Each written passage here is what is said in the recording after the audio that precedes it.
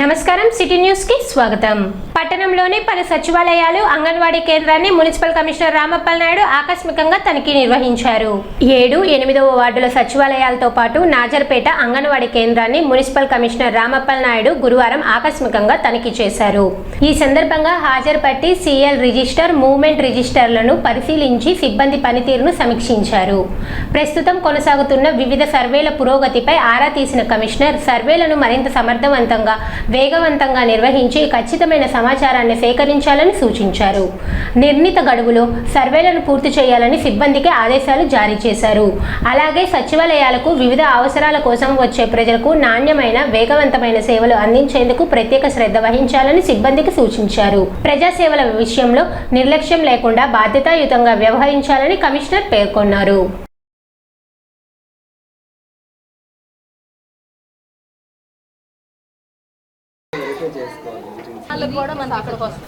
ప్రతి వారం కూడా schools and hospitals and anganwadi centres visiting అనేటువంటిది చేయడం జరుగుతుంది.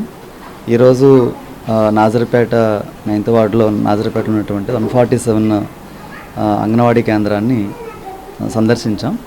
సో ఇక్కడ నేషనల్ పోషణ అభియాన్ కింద మనము పిల్లలకు అందిస్తున్నటువంటి పోషకాల యొక్క పరిశీలన చేసాం. అట్లాగే టాయిలెట్స్ సరిగా ఉన్నాయా లేవా, అట్లాగే 3+ and 4+ వాళ్ళకి ఇస్తున్నటువంటి ఎడ్యుకేషన్ మెటీరియల్ కూడా చూడడం జరిగింది. అలాగే ఇక్కడ ఉన్నటువంటి అంగన్వాడీ వర్కర్ కానీ, అంగన్వాడీ హెల్పర్ కానీ వాళ్ళ పనితీరు ఎట్లా ఉంది అని కూడా చూడడం జరిగింది. So under weight, stunting and wasting మనం తగ్గించాలనేటువంటిది నేషనల్ పోషణ అభియాన్ మిషన్ యొక్క మెయిన్ ఆబ్జెక్ట్. దానికి అనుగుణంగా ఎట్లాగ నడుస్తున్నాయి అనే దానిపైన పరిశీలన చేసాం. సో పిల్లలు ఇంకా ఎక్కువ మంది రావాల్సి ఉంది. పండుగ మూమెంట్లో, అది సమ్మర్ హాలిడేస్ మూమెంట్లో కూడా కొంత తగ్గాయి. అట్లాగే మనకు ఉండేటువంటి ఫుడ్ కూడా క్వాలిటీ కూడా బాగానే ఉంది.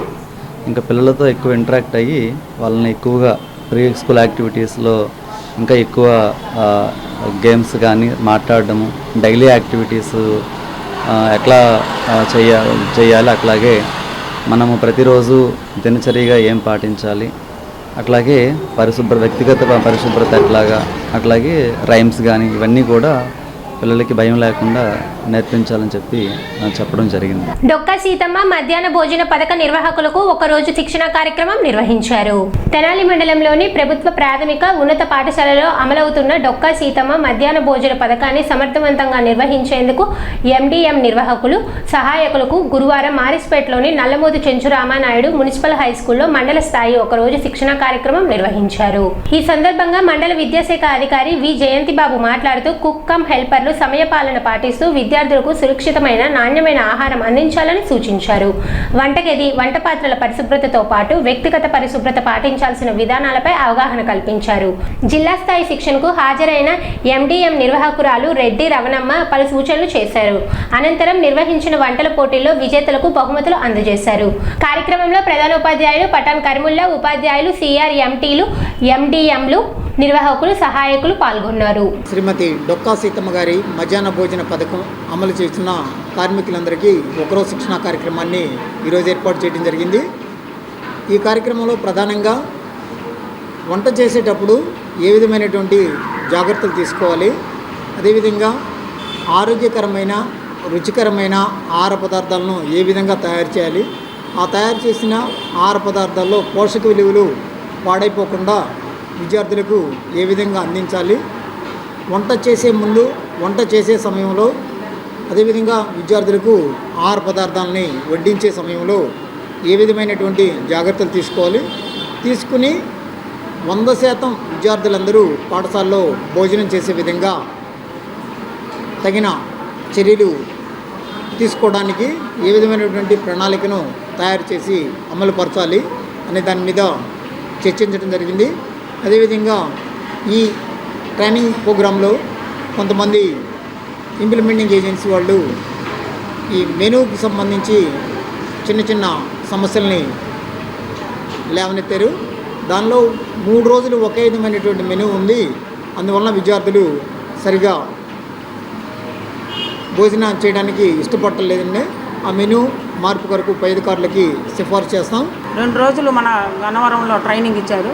ఆ ట్రైనింగ్లో 12వ తారీఖు స్కూళ్ళు తెరిచినప్పుడు మనం ఏ రకంగా మన స్కూళ్ళు తెరవంగానే గతంలో అయితే మేము ఎలాగా చేసామో అలాగే తెలంగాణ రూమ్ శుభ్రం చేసుకుంటాం, గ్యాస్ పేదర్ శుభ్రం చేసుకుంటాం. అలాగే జావ అటు చిక్కగా అటు పలసగా కాకుండా చక్కగా పిల్లలు తాగే విధానంగా తాగేటట్టుగా చేయమని సూచనలు ఇచ్చారు. అది కూడా 10:30 కల్లా పిల్లలకి ఆహారాన్ని అందించాలి. గుడ్లు కూడా అప్పుడప్పుడు తాజాగా వచ్చే గుడ్లు ఉడకబెడుతుంటే పెంకులుగా అంటుకొని అది కొంచెం ఇబ్బందిగా ఉంది. నిలవండ గుడ్లు పంపిస్తుంటే మటుకు చక్కగా ఉడికినా కూడా బాగుంటుంది. దాని దగ్గర చాలా చోట్ల మాకు గుడ్లు సరిగ్గా ఉడకబెడతలేదు, జావ వస్తుందని చెప్పి కొంచెం రిపోర్ట్లు కూడా జరిగినాయి. అలాంటి సమస్యలు కూడా లేకుండా కొద్దిగా నిలవ గుడ్లు పంపిస్తే పెంకు మాదిరిగా చక్కగా గుడ్లు వస్తాయని చెప్పి అన్నాము. తర్వాత ఈ ట్రైనింగ్లో మరి కొంతమంది మహిళలు కూడా చాలా బాధాకర విషయం, కొంతమంది బాక్సులు తెచ్చుకునేటప్పుడు మేము బాధపడుతున్నాం. బాగా మంచిగా పంపుతున్నారు, 6 రోజులు 6 ఐటమ్స్. 2 సార్లు కుర్మా కూర పంపించేటప్పుడు కొంచెం ఇబ్బంది పడి తినేదే తిని ఆ దుంపల కడుపులు నొప్పి అంటున్నారు ఏదోటని. ఒకళ్ళ బట్టి ఒకళ్ళు క్యారేజ్ తెచ్చుకున్న దాకా లేకుండా ప్రతి ఒక్క మహిళలు తిరిగి బాక్సులు అయితే పంపిద్దామా, అందరూ తినాలి, కూర్చొని పిల్లలతో పాటు అందరూ కూర్చొని తినాలి అని చెప్పి చెప్పడం జరుగుతుంది. దుగ్గిరాల శుభమహేశ్వరి కోల్డ్ స్టోరేజ్ అగ్ని ప్రమాద బాధిత పసుపు రైతులకు పూర్తి పరిహారం చెల్లించాలని డిమాండ్ చేస్తూ జూన్ 8వ తేదీన దుగ్గిరాల పసుపు మార్కెట్ యార్డ్ వద్ద నిర్వహించే ధర్నాను విజయవంతం చేయాలని ఆంధ్రప్రదేశ్ రైతు సంఘం నాయకుడు ములక శివసామిరెడ్డి పిలుపునిచ్చారు. ప్రభుత్వం ఇచ్చిన హామీ మేరకు క్వింటాలకు 7,000 రూపాయలు పరిహారం వెంటనే చెల్లించాలని, బాధ్యులపై చర్యలు తీసుకోవాలని ఆయన డిమాండ్ చేశారు. రైతులు పెద్ద సంఖ్యలో ధర్నాలో పాల్గొని విజయవంతం చేయాలని కోరారు. దుగ్గిరాల శుభమహేశ్వరి కోల్డ్ స్టోరేజీ రైతులు సమస్య 2 సంవత్సరాల 4 నెలలు గడిచినా కానీ ఇంతవరకు పరిష్కారం కాకపోవటం విచారకరం. ప్రభుత్వ అధినేతలు అధికారులు వెంటనే పరిష్కరిస్తామని చెప్పటమే కానీ ఇంతవరకు రైతులకి అరాకొర సహాయం తప్పితే పూర్తి స్థాయిలో ప్రభుత్వం ఇచ్చిన వ్యవసాయ శాఖ మంత్రి గౌరవనీయులు అచ్చెన్నాయుడు గారు ఇచ్చిన హామీ మేరకు క్వింటాల్కి 7,000 రూపాయలు రాలేదు. చాలామందికి 4,000, 3,000, 400 కూడా వచ్చిన పరిస్థితి ఉంది. ఇది చాలా బాధాకరమైన విషయం. అంతోపాటు మేము ప్రభుత్వం చేసిన ఒప్పందం ఆనాడు అచ్చెన్నాయుడు గారి సమక్షంలో మార్క్ఫెడ్ సబ్ కలెక్టర్ గారు అందరు అధికారులు కూడా మాకు 7,000 ఇప్పిస్తామనే బాధ్యత తీసుకున్నారు. కానీ ఇంతవరకు దాన్ని అమలు జరగలేదు. అందుకని ఇప్పటి వరకు వేచి చూసి మేము రేపు 8వ తేదీ సోమవారం ఉదయం 10 గంటలకు దుగ్గిరాల పసుపు మార్కెట్ యార్డుని ముట్టడి చేయాలని ఆంధ్రప్రదేశ్ రైతు సంఘం, పసుపు రైతుల సంఘం కూడా పిలుపు ఇవ్వటం జరిగింది. దీంతోపాటు ఇది కూడా పట్టించుకోకపోతే రేపు జూన్ 15వ తేదీ సోమవారం ఉదయం 10 గంటలకు విజయవాడలో వ్యవసాయ శాఖ మంత్రి గారి క్యాంపు కార్యాలయం ముట్టడికి పిలుపు ఇవ్వటం జరిగింది. ఎందుకంటే ఈ మధ్యకాలంలో కేంద్ర మంత్రి డాక్టర్ పెమ్మసాని చంద్రశేఖర్ గారి ఆఫీసు నుంచి మీరు 7,000 కాదు 5,000 రూపాయలతో సర్దుకుపోండి, మీరు సంతకాలు పెట్టండి, మీ భవిష్యత్తులో మీరు కానీ మీ పిల్లలు కానీ ఎటువంటి లావాదేవీలు జరగకుండా దీని మీద పెట్టడం అంటే రైతులకి ద్రోహం చేయటం అనేది మేము భావిస్తున్నాం. అందుకని ఈ యొక్క 5,000 అనే పదాన్ని ఉపసంహరించుకోవాలి. కొంతమంది తెలియక లేదా భయంతో రాదని కొంతమందికి 20-30 మంది రైతులు 5,000 రూపాయల చొప్పున తీసుకున్నట్లు తెలుస్తుంది. ఆ రైతులకు కూడా 7,000 రూపాయలు ప్రభుత్వం చెప్పిన వాగ్దానం ప్రకారం ఇవ్వాలి. దానికోసం రేపు 8వ తేదీన రైతులంతా కూడా అగ్నిబాధిత పసుపు రైతులంతా కూడా దుగ్గిరాల పసుపు మార్కెట్ యార్డు వద్దకు రావాలని విజ్ఞప్తి చేస్తున్నాం.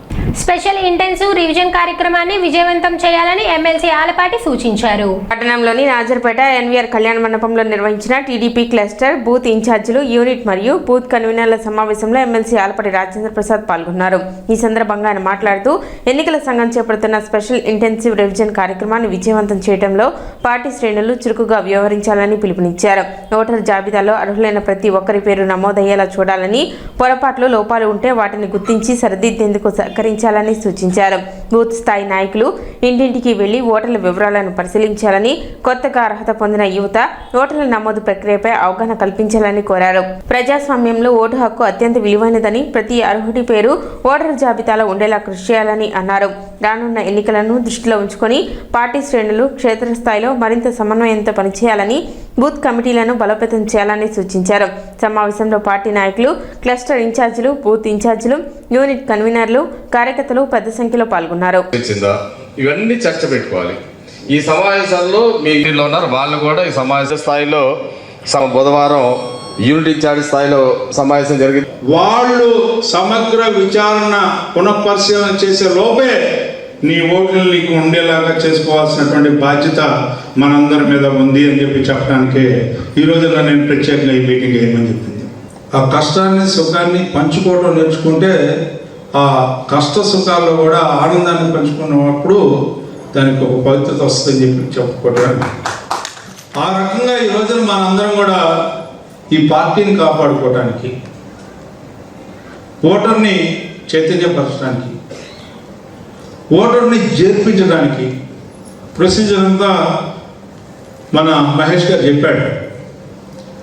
కొత్తగా ఓటర్ అంటే ఫామ్ 6 మనందరికి తెలిసిందే, లేదా ఓటర్ని తీసేయాలంటే ఫామ్ 7, ఓటర్ షిఫ్టింగ్ అయ్యో పేరులో ఏదైనా పొరపాటు ఉంటేనో ఫామ్ 8. ఇదంతా జనరల్ ప్రొసీజర్. 1000 ఓట్లలో మన ఓట్లు ఏమున్నాయి అనేది ముందు తేల్చుకోవాల్సినటువంటి నాయకత్వము. అది బూత్ ద్వారా చేస్తామా, యూనిట్ ద్వారా చేస్తామా, క్లస్టర్ ద్వారా చేస్తామా, పార్టీ ప్రెసిడెంట్ ద్వారా చేస్తామా, లేకపోతే మండల పార్టీ వాళ్ళు చేస్తారా, లేకపోతే నియోజకవర్గం చేస్తారా, ఎవరు చేస్తారనేది కాదు, ఎవరు బాధ్యత తీసుకోవాలనే దానికి ఒక కార్యాచరణ ప్రణాళికను వేసుకోవడం జరిగింది పార్టీ. ఏ రకంగా ఉండాలి, ఏ ఓట్లు ఉండాలి, ఓట్లని. ఎందుకంటే ఈ రోజున మీకు ఓట్లు లభించకపోయినట్లయితే 22వ తారీఖున, జూలై 22వ తారీఖున తుది జాబితాలో మన ఓటు లేకపోయినట్లయితే మళ్ళీ ఓటు రాదు. మీ అందరూ కూడా గుర్తుపెట్టుకోండి.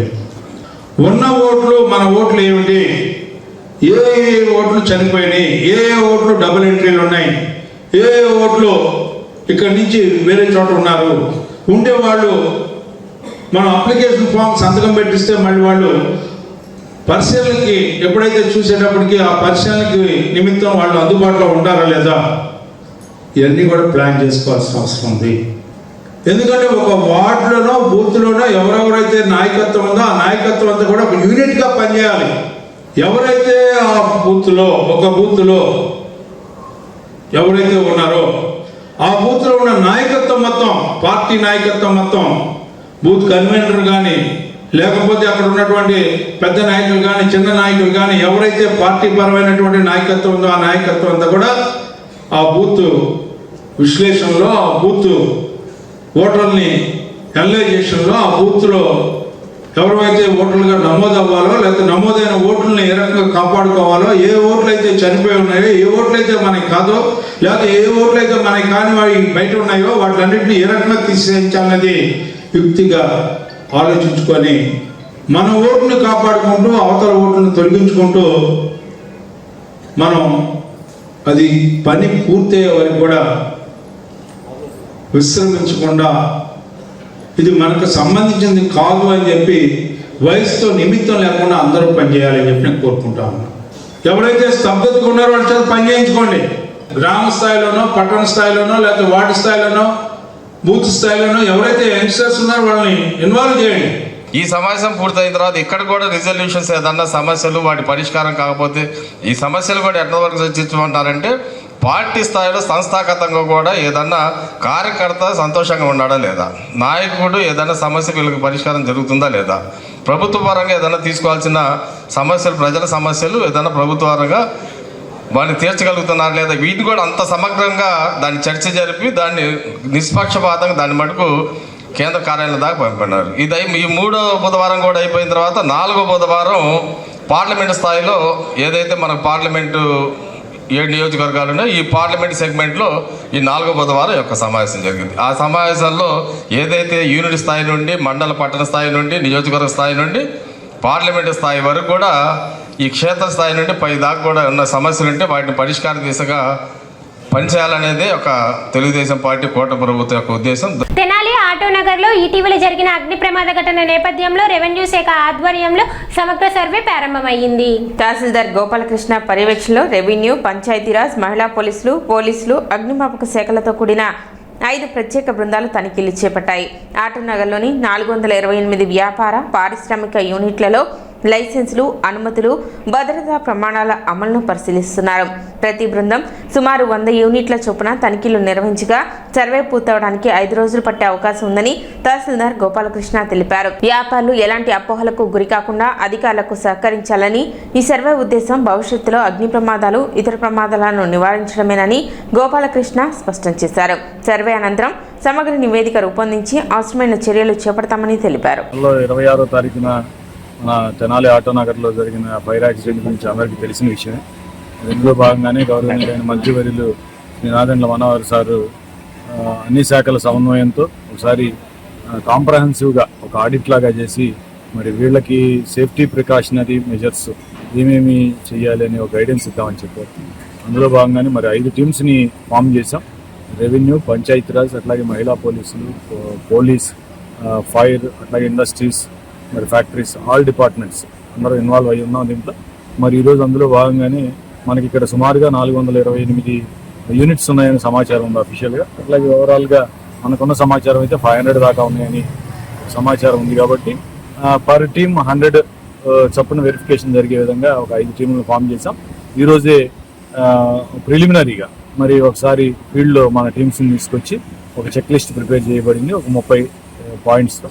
అంటే ఈ వెరిఫికేషన్ ఉద్దేశం ఏంటంటే ఎవరు ఒరిజినల్ ఓనర్, ఎవరికి అలాట్ చేయబడింది, మరి వారు ఉన్నారా, వారికి ఏ బిజినెస్ చేస్తున్నారు, లేదా వారు ఎవరికైనా లీజుకి కానీ రెంట్కి కానీ ఇచ్చున్నారా, మరి రెంట్కి ఇచ్చిన వ్యక్తి ఏ బిజినెస్ చేస్తున్నాడు, మరి ఒకవేళ కనుక ఏదైనా ఈ ఫ్లేమబుల్ రిలేటెడ్ మెటీరియల్ కనుక ఉంటే మరి వాళ్ళు ఎంత మటుకు స్టోర్ చేసుకునే అవకాశం ఉంది, వాళ్ళకి ఫెసిలిటీ. ఒకవేళ స్టోర్ చేసుకుంటే ఏదైనా అనుకోని విపత్తు వస్తే మరి స్టాఫ్కి ఏమన్నా ప్రికాషనరీ మెజర్స్ ఉన్నాయా, మరి వాళ్ళు ఎక్విప్ అయ్యి ఉన్నారా, ఉన్న ఏదైతే ఫైర్ ఎక్స్టింగ్విషర్స్ అవి మెయింటైన్ చేస్తున్నారా, మరి ఆ ఫైర్ ఎక్స్టింగ్విషర్ ఉన్నా కానీ దాన్ని ఆపరేట్ చేయడం వచ్చా, మరి ఏమైనా ఇబ్బందులు ఉన్నాయా, తదితర విషయాలు తెలుసుకునేందుకు వారికి ఏదైనా గైడెన్స్ ఇవ్వడమా, లేకపోతే ఏంటి దీని మీద అనేది ఓవరాల్గా ఒక సర్వే లాగా కండక్ట్ చేస్తున్నాం. మోస్ట్ ప్రాబబ్లీ నేను అనుకోవడం 5 days పడుతుంది అనుకుంటున్నాము ఈ సర్వే మొత్తం. సిటీ న్యూస్ ఇంతటితో సమాప్తం. నమస్కారం.